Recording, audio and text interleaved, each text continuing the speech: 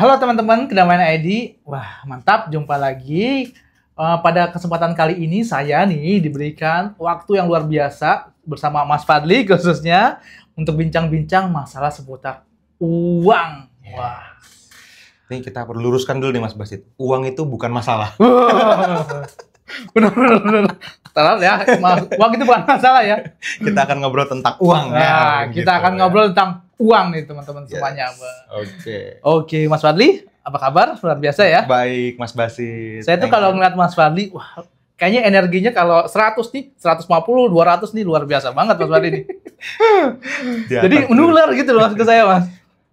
Yes.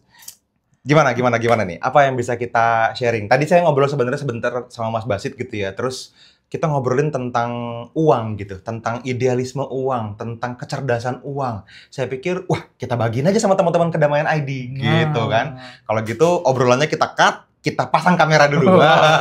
Ceritanya gitu teman-teman. Kita gitu ya. Jadi gini Mas. Sekarang boleh dilanjutin pertanyaannya. Mas saya banyak banget pertanyaan nih kalau dikumpulin nih. Jadi Mas Fadli kan terkenal sebagai life coach nih di Kedamaian ID. Oke. Saya juga super fans banget nih Mas Fadli nih. Tentunya Mas Fadli yang saat ini sekarang gitu sudah menjadi CEO dari beberapa perusahaan yang jalan, yang Mas Fadli ini tentunya menjadi satu pemicu gitu ya buat kita sebagai teman-teman di Kedamaian ID juga gitu yang kenal Mas Fadli. Nah sekarang ini saya pengen bongkar sedikit nih Mas Fadli gitu ya. Mas Fadli sebenarnya ngapain aja sih selama ini? Belajar apa sih? Jangan-jangan Mas Fadli ngilmu nih, saya juga khawatir nih. Tiba-tiba jadi orang kaya banget nih gitu ya. Dan aslinya pesugihan. Jangan-jangan nih ya. Nah, kita mau tanya nih langsung Mas Fadli langsung. Apa sih Mas Fadli rahasianya nih? Rahasianya yang dipelajarin ya. Oke. Sebenarnya gini. Kalau kita ngomongin tentang uang gitu ya, saya rewind tuh teman-teman ya. Ini pertanyaannya sebenarnya bisa jawabannya setengah jam sendiri nih ya. Cuman saya coba singkat.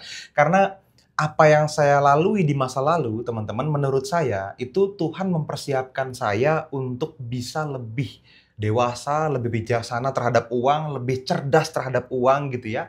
Lebih baik hubungannya dengan uang itu dari zaman dulu sebetulnya. Cuman mungkin dulu waktu saya ngalamin, saya nggak sadar kalau Tuhan lagi mempersiapkan itu. Gitu. Jadi ya saya juga bukan orang yang lahir dari keluarga kaya. Yang Mas Basit juga tahu masa lalu saya. Dan Mas Basit ini teman-teman salah satu orang yang menyaksikan saya susah sampai sekarang. Gitu. Ini nggak diada-adain ya, ini susah beneran loh, beneran.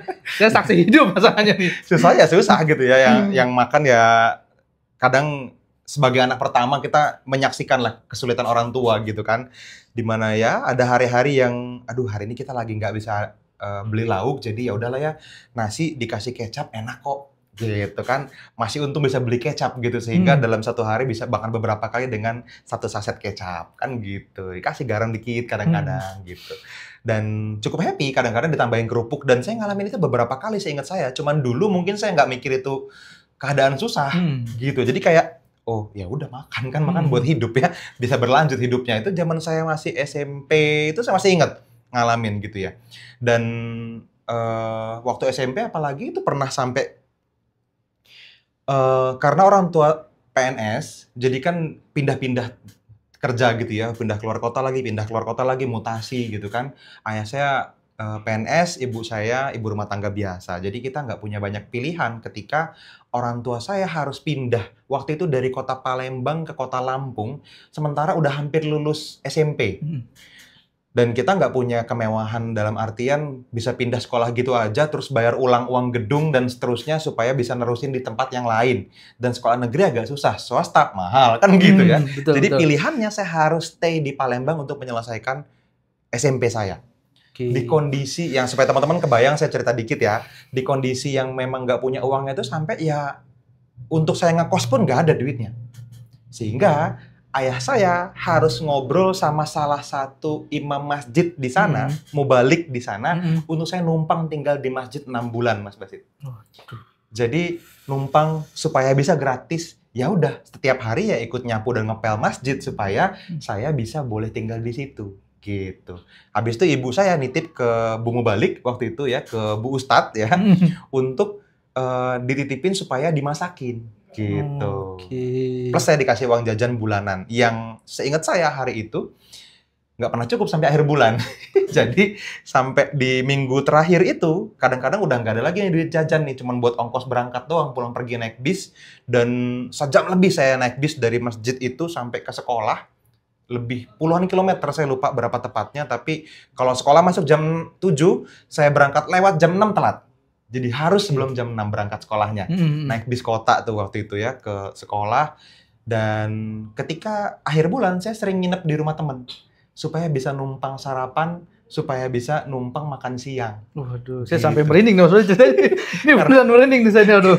Karena ya gimana, saya juga numpang di rumah Ustadz yang memang juga kebetulan tidak punya banyak uang juga hari itu Iya, iya. beliau. Jadi ya mau nggak mau, nggak ada yang dimakan, saya giliran tuh. Nginep di rumah si A, ntar besok Besok pulang. Besok nginep di rumah si B, besok pulang. Jadi dalam 2-3 hari kesambung nyawanya. Gitu. Nah, pelajaran yang saya pelajari didapat dengan 2 hal, teman-teman. Jadi dengan tanda kutip terpaksa saya pelajarin karena memang keadaannya sangat susah. Oke. Gitu. Yang kedua, karena saya sadar saya susah, saya pengen bangkit. Oke. Gitu. Jadi dari SMP sampai ke SMA saya udah mulai kepikiran tuh. Dulu ada quotes yang hari ini mungkin teman-teman juga masih sering dengar gitu ya. Kalau kita lahir dalam keadaan susah bukan salah kita. Oke. Tapi kalau kita meninggal dalam keadaan sangat susah tapi tidak berusaha, itu kebodohan kita. Gitu. Kebodohan Anda gitu ya. Jadi itu yang saya pikir, oke, minimal saya harus melakukan bagian saya deh. Kan kalau jalan kan Tuhan yang atur ya. Betul, Tapi setuju. ya at least kita perlu ambil hati Tuhan dengan berusaha. Jadi saya belajar juga gitu. Nah, belajarnya dengan cara apa? Ya kalau sampai ke titik hari ini selain dipersiapkan tanda kutip tadi ya. Jadi kalau teman-teman mungkin hari ini ngalamin kondisi yang susah, ya disyukurin aja dulu karena bisa jadi Tuhan sedang mempersiapkan Anda menuju keberlimpahan yang besar. Tapi Wah, nggak mantap. akan jadi dewasa kalau dititipin amanah banyak kalau tidak melalui proses ini. Gitu. Oke. Itu yang saya dapetin. Makanya saya belajar banyak dari kondisi saya yang sangat susah. Saya belajar banyak juga dengan sengaja baca buku. Saya aslinya nggak suka baca buku. Aslinya nggak suka baca buku nih? Nggak suka sampai hari ini. Oke. Jadi kalau misalnya ada orang salah paham, saya bisa maklumin karena teman-teman akan sering lihat saya baca buku. Oke. Gitu ya. Karena menurut saya buku itu ya katanya jendela dunia kan Betul. gitu ya. Dan yang paling lengkap ceritanya di buku. Kalau kita nonton video edukasi, orangnya nulis buku itu cuma 20-30% di videonya. Oke. 100%-nya di buku. Selalu begitu. Novel, kalau teman-teman nonton novel kan novel tebel banget segini misalnya, dijadiin film 2 jam, itu kan 20-30%-nya. Lengkap ceritanya di buku. Selalu begitu. Makanya saya pikir, wah kalau gitu saya harus nyalip antrian banyak orang nih supaya suksesnya cepet dengan cara sebanyak mungkin saya belajar.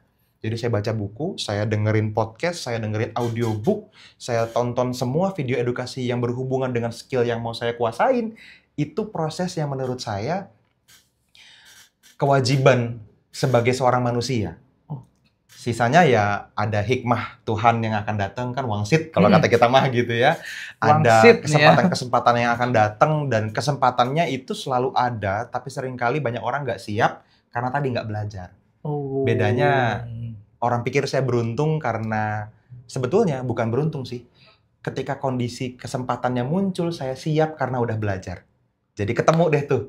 Jadi barang. Oke. Kalau misalnya dia di kondisi yang nggak siap, kesempatannya muncul berkali-kali karena dia nggak belajar, banyak orang pikir ini bukan kesempatan. Aslinya, saya dan Anda mungkin punya kesempatan yang sama. Cuman banyak orang nggak ngelihat, oh apa ini peluang? Belum tentu nggak kelihatan karena nggak belajar kalau itu peluang.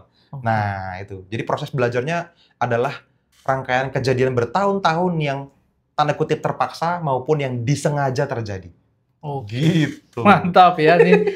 Luar biasa Mas Fadli. Tapi saya menarik tadi Mas Fadli tentang proses terpaksa ya. Kadang-kadang kita nih, saya sendiri nih, ketika di posisi sedang susah banget tuh merasa kadang, kok jalan hidup susah banget ya Mas? Gitu ya. Kok apa ini jalan hidupmu Tuhan gitu. Kadang sampai di titik bahwa, masa sih Tuhan jahat banget sama saya? Ya. Sampai saya merasa hidupnya sulit banget kok gitu. Perasaan ini udah gitu. Yang mana lagi yang harus saya jalanin gitu. Kadang merasa itu muncul pertanyaan gitu ya Mas Fadli ya.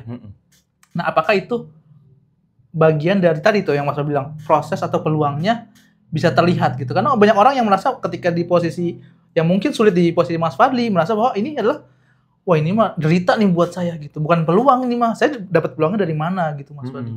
Nah, hal-hal kayak gitu tuh Mas Fadli yang sering banget saya temuin. Mungkin teman-teman kedamaian juga sering cerita ke saya seperti itu.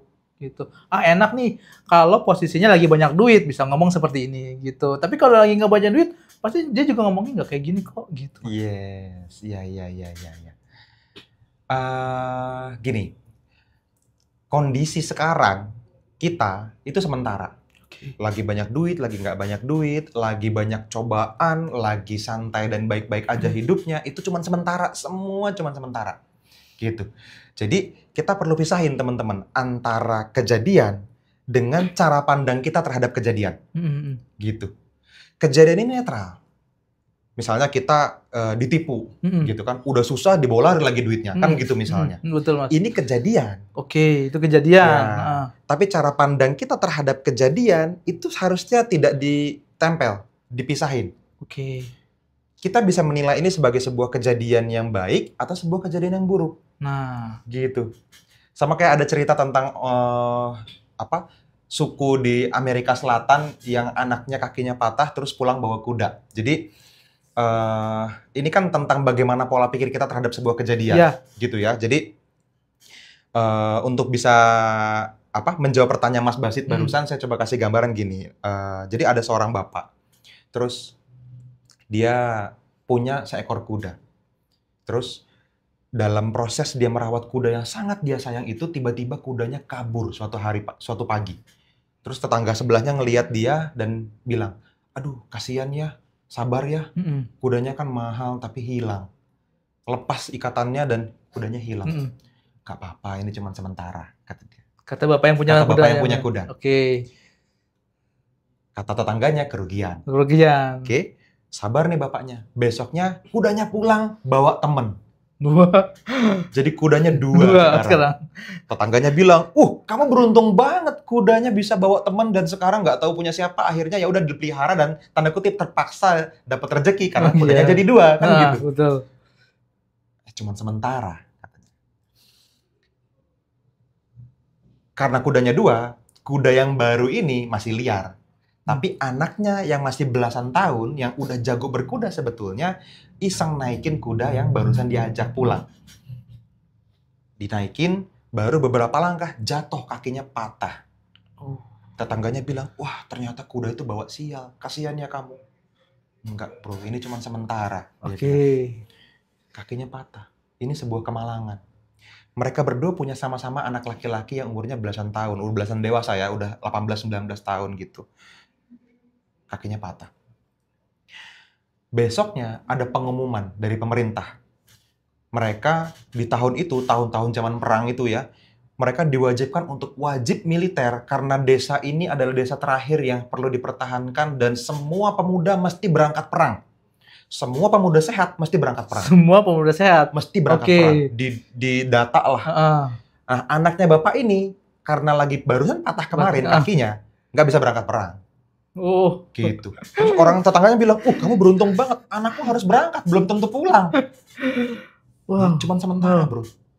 Belum tentu ini keberuntungan, belum tentu ini kemalangan. Jadi kejadian itu netral, tapi cara kita memandang kejadian itulah yang melabeli nih kejadian tersebut. Jadi yang penting itu bukan tentang keadaan kita sekarang, tapi kemampuan kita memberi arti terhadap sebuah kejadian. Itu yang paling penting berarti ya. Kemampuan kita memberi arti terhadap semua kejadian. Ingat loh, semua agama yang percaya Tuhan itu ada gitu ya, itu selalu ngajarin kalau God is good all the time. Tuhan itu selalu baik. Selalu diajarkan untuk berprasangka baik sama Tuhan, bener kan ya? Betul, setuju, gitu. setuju. Terus kok ketika kejadian tertentu terjadi, kita labelin dengan kondisi yang tidak nyaman atau nggak baik, terus bertanya kenapa Tuhan perlu bikin ini kejadian sama saya? Kalau Tuhan balik nanya, kenapa enggak kan gitu? Lah, katanya lu percaya kan gitu. Lebih bahaya ya kalau nanya Why gitu. God, why? Kata Tuhan, why not? Gitu. Nah, kalau menurut agama ini selalu yang terbaik yang terjadi, maka ketika sebuah kejadian terjadi, cara paling cepat berubah keadaannya adalah dengan segera mengambil hikmah. Kan kita diuji nih, ini ujian. Yang namanya ujian, kalau lulus kan naik kelas. Naik kelas, Ya kan? ya setuju. Ini ujiannya udah datang nih. Heeh. Terus kita dengan sengaja nggak lulus-lulus karena ya tadi nggak dapat hikmah. Ya nggak naik-naik kelas. Oh, Padahal kita udah tahu nih, kalau tahu aja kunci jawabannya, which is semua orang tahu gitu, tapi tidak dilakukan, nggak dikerjain dengan benar soalnya nggak naik-naik kelasnya. Itu yang terjadi selama ini karena tadi berbanding terbalik.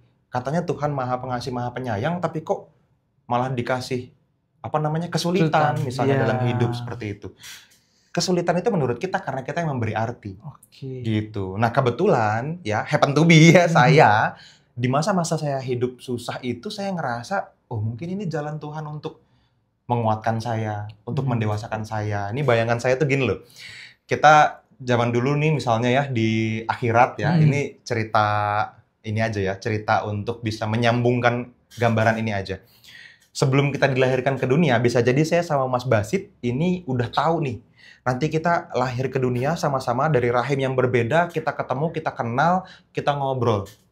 Nah, cuman kadang-kadang kan Tuhan nggak bisa ngomong langsung sama kita. Emang kita nabi kan gitu ya. Nah, caranya gimana? Lewat manusia sebagai perantara. Kalau misalnya kira-kira aku kurang sabar, tolong kamu bikin aku tes kesabarannya. Jadi sangat ngeselin kek, jadi sangat mengecewakan kek, supaya aku berlatih sabar. Karena udah perjanjian tadi. Udah perjanjian ya. Nih di akhirat. Tolong ya bro, nanti kalau dirimu udah nyampe di dunia, kita hidup bareng, ketemu, kenal. Kalau misalnya menurut Tuhan aku kurang sabar, caranya ya kan untuk sabar kan harus dites dengan kejadian sabar apa enggak kan. Kalau lulus berarti sabar kan lulus kan gitu. Kejadiannya gimana? Ya udah lu aja nanti gitu. Terus ketika itu terjadi beneran di dunia, masa harus kesel? Lah kan udah ngobrol dulu kan gitu. Oh iya, mungkin tujuan Basit bikin saya kesal supaya saya lebih kuat. Supaya saya lebih dewasa. Maka pertanyaan pentingnya adalah ketika kejadian buruk terjadi di masa lalu, atau sekarang misalnya teman-teman masih ngalamin kejadian yang buruk, tanya, apa tujuan baik Tuhan membuat ini terjadi ke saya? Ketika dapat jawabannya, itu dia jawaban kunci untuk naik kelas. Karena pasti baik tujuannya, cuman susah ngelihatnya. Itu aja. Pasti baik karena kebaikan tidak terlihat ya Mas Fadli tadi ya. Iya, gitu. Dan seburuk apapun loh ya, kita perlu serius nih ngobrolnya nih. Karena Mas Fadli nggak ngalamin anakku diperkosa misalnya. Mas Fadli nggak ngalamin ayahku dibunuh orang misalnya. Kalau kita tahu bahwa, kita sepakat bahwa daun yang jatuh aja itu karena izin Tuhan, maka apapun yang terjadi memang seizinnya. Dan kalau dia mengizinkan hal yang sangat berat untuk diterima itu terjadi, karena ada tujuan baik. Selalu begitu. Cuman mungkin kalau kejadiannya agak buruk doang, gampang nyari hikmahnya. Tapi kalau sangat berat, mungkin teman-teman lebih gampang ngomongin, Mas Fadli bisa ngomong gitu, kan nggak ngalamin. Loh, saya belum tentu harus ngalamin yang Anda alamin, Anda juga sebaliknya. Tapi Tuhan pasti ngasih pengalaman yang tepat. Itu dia. Jadi itu perlu diterima dulu, dan setelah dapat tujuan baiknya apa, baru kebayang yang terjadi gitu. Oke, saya dapat pencerahan lagi nih sekarang nih Mas Fadli ya tadi ya. Dari sudut pandang yang lain, jadi ada proses yang tadinya tidak baik ya, mungkin sudut pandang tidak baik, sebenarnya ada rahasia yang Tuhan kasih yang sudah rencanakan sebenarnya. Mungkin kita aja yang kurang. Iya, udah teman-teman paling gampang nanya aja, renungin gitu ya, kira-kira apa ya tujuan baiknya Tuhan bikin saya mengalami ini. Gitu. Karena orang lebih gampang berpikir jadi korban. Iya, betul. Padahal kan kita menjalaninya bukan menjadi objek. Bukan Tuhan memberikan ini ke Anda, bukan life happen to me, gitu. Tapi life happen for me, yang benar. Kejadian ini diciptakan Tuhan buat kita, bukan kepada kita. Jadi kita tuh bukan objek loh. Kita tuh diarahkan untuk mengalami ini supaya jadi lebih baik. Nah, tujuan baiknya aja yang belum kelihatan. Maka apa tujuan baiknya? Gitu. Oke, mantap nih ya. Jadi penjelasan, luar biasa banget nih saya nih. Nah, Mas Fadli, ini ngomong-ngomong tentang pencapaian nih. Gitu. Kita kan tadi sudah dengar nih, Mas Fadli udah cerita bagaimana Mas Fadli belajar proses kehidupan dari titik 0 sampai titik sekarang gini. Apa nih Mas Fadli hasilnya? Kita juga pengen tahu nih, apa aja sih hasil dari proses pembelajaran Mas Fadli ini? Gitu. Oke. Kalau kita ngomongin tentang apa yang dicapai gitu ya, apa yang didapat gitu ya, apa yang saya sudah berhasil hasilkan dari semua yang saya pelajarin gitu ya, itu terwujudnya impian. Mungkin gampangannya gitu ya. Itu lebih gampang kalau di kedamaian kita sebutnya manifestasi lah. Oke, Jadi manifestasi itu impian Anda yang tercapai. Dalam prosesnya teman-teman banyak caranya. Cuman kalau saya secara personal teman-teman percaya kalau kita itu perlu manifestasi di semua area dalam kehidupan kita. Kalau uang gampang diukur gitu ya. Tadi Mas Basri bilang CEO di beberapa perusahaan, ya sekarang jalan betul. Beberapa omsetnya miliaran, beberapa masih ratusan juta, masih struggle, tapi udah profit gitu ya. Dan kalau uang, saya udah nggak terlalu mikirin lah sebetulnya. Saya bahkan nggak ngerti saldo terakhir berapa. Butuh ada gitu aja. Agak ngeri nih, kalau tidak hafal saldo terakhir ya. Nggak tahu gitu. Saya pernah cicilan auto debit itu ternyata motong kendaraan kantor, auto debit ke rekening saya, setahun saya nggak sadar. Setahun nggak sadar? Iya. Kepotong hilang tuh duit tuh? Betul. Oke. Saya nggak sadar. Tiba-tiba istri saya nanya, ini di rekening kita kok ada duit waktu itu berapa ya? Hampir 200 juta kayaknya. Ini duit siapa? Lah, nggak tahu. Jangan-jangan bang salah transfer gitu kan. Coba-coba ditransfer 50 juta. Beneran masuk bisa.